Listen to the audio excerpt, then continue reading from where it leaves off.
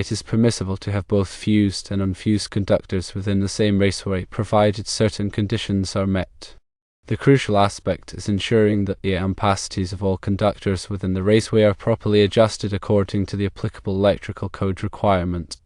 This adjustment is necessary because multiple current-carrying conductors in a single raceway can cause heat buildup, which reduces the ampacity of each conductor. The National Electrical Code, or NEC, provides specific guidelines for ampacity adjustments based on the number of current-carrying conductors in a raceway or cable. These guidelines are typically found in NEC Table 310.15 cone or its equivalent, and they specify the percentage of ampacity reduction that must be applied. To determine whether fused and unfused conductors can share a raceway, a careful evaluation of the conductor ampacities and the applicable adjustment factors is required. Firstly, determine the allowable ampacity of each conductor based on its size and insulation type, referring to NEC Table 310.16 or other appropriate tables. Secondly, count the total number of current-carrying conductors in the raceway.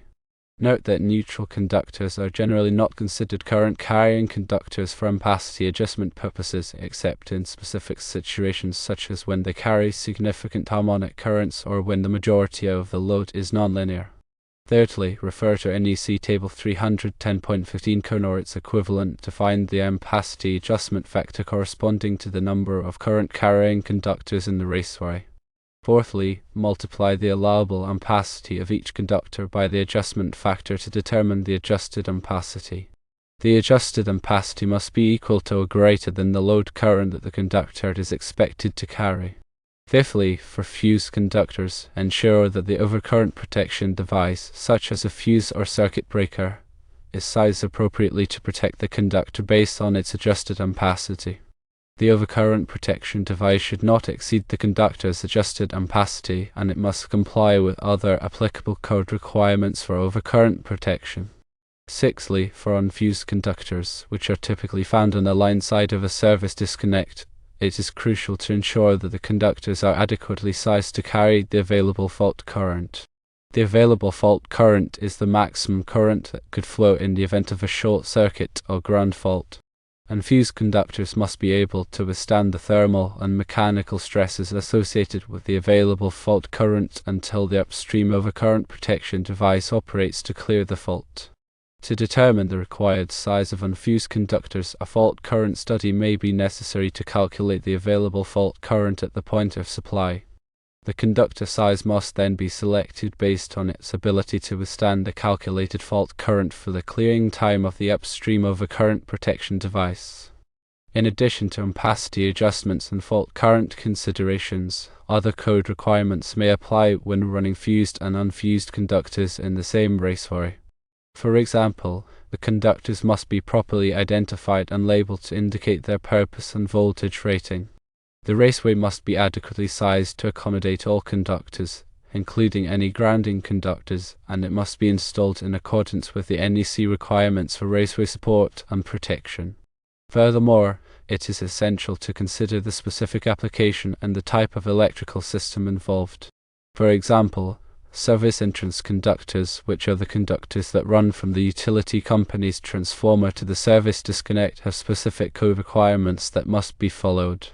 Service entrance conductors are typically unfused on the line side of the service disconnect, and they must be sized to carry the entire load of the building or facility.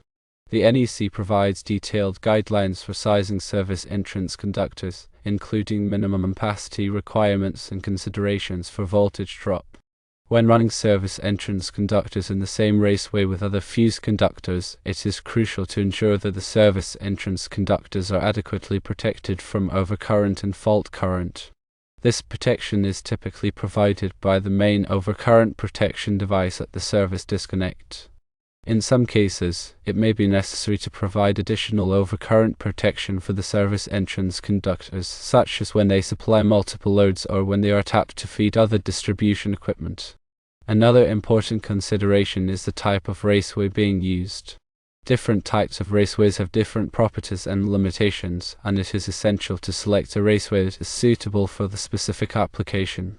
For example, rigid metal conduit, or RMC, is a durable and robust raceway that is often used for service entrance conductors and other demanding applications. Electrical metallic tubing, or EMT, is a lighter weight raceway that is commonly used for general purpose wiring.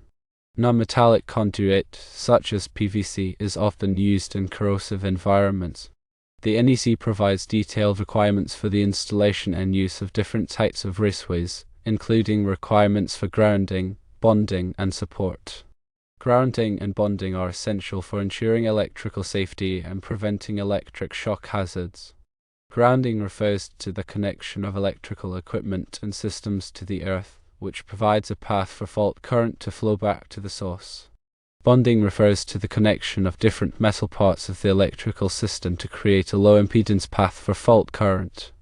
The NEC provides specific requirements for grounding and bonding, including requirements for grounding electrode systems, equipment grounding conductors, and bonding jumpers.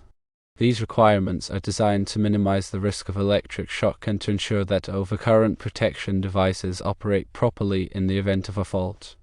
In addition to the NEC, other codes and standards may apply to electrical installations depending on the location and the type of facility.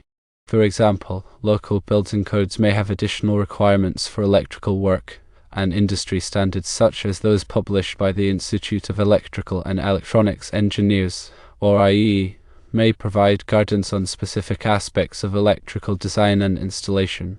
It is essential to be familiar with all applicable codes and standards and to follow them carefully to ensure a safe and compliant electrical installation. In summary, running fused and unfused conductors in the same raceway is permitted, but it requires careful consideration of ampacity adjustments, fault current protection, raceway selection, grounding and bonding, and compliance with all applicable codes and standards. A thorough understanding of these requirements is essential for ensuring a safe and reliable electrical installation. It is always recommended to consult with a qualified electrical engineer or electrician when designing or installing electrical systems to ensure compliance with all applicable requirements. Consider a scenario where a service entrance consists of 500 kc male copper conductors supplying a 400 amp service disconnect. From the load side of this disconnect, 200 amp fused conductors are run back into the same service entrance raceway or wireway to feed a subpanel. Firstly, determine the ampacity of the 500 kc mil copper conductors. According to NEC Table 310.16, the ampacity of a 500 kc mil copper conductor with a 75°C insulation rating is 380 amps. Secondly, determine the ampacity of the 200 amp fused conductors. These conductors must have an ampacity of at least 200 amps to be protected by the 200 amp fuses.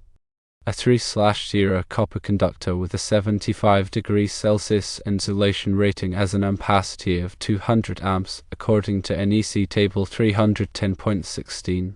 Thirdly, count the total number of current carrying conductors in the wireway. In this scenario, there are 6 current carrying conductors, 3 500 kc mil conductors for the service entrance and 3 3/0 conductors for the subpole feeder. Fourthly, determine the ampacity adjustment factor. According to NEC Table 310.15 column, for 6 current carrying conductors in a raceway, the ampacity adjustment factor is 80%. Fifthly, calculate the adjusted ampacities of the conductors. The adjusted ampacity of the 500 kc mil conductors is 380 amps multiplied by 0.8, which equals 304 amps. The adjusted ampacity of the 3/0 conductors is 200 amps multiplied by 0.8, which equals 160 amps. Sixthly, verify that the adjusted ampacities are sufficient for the loads.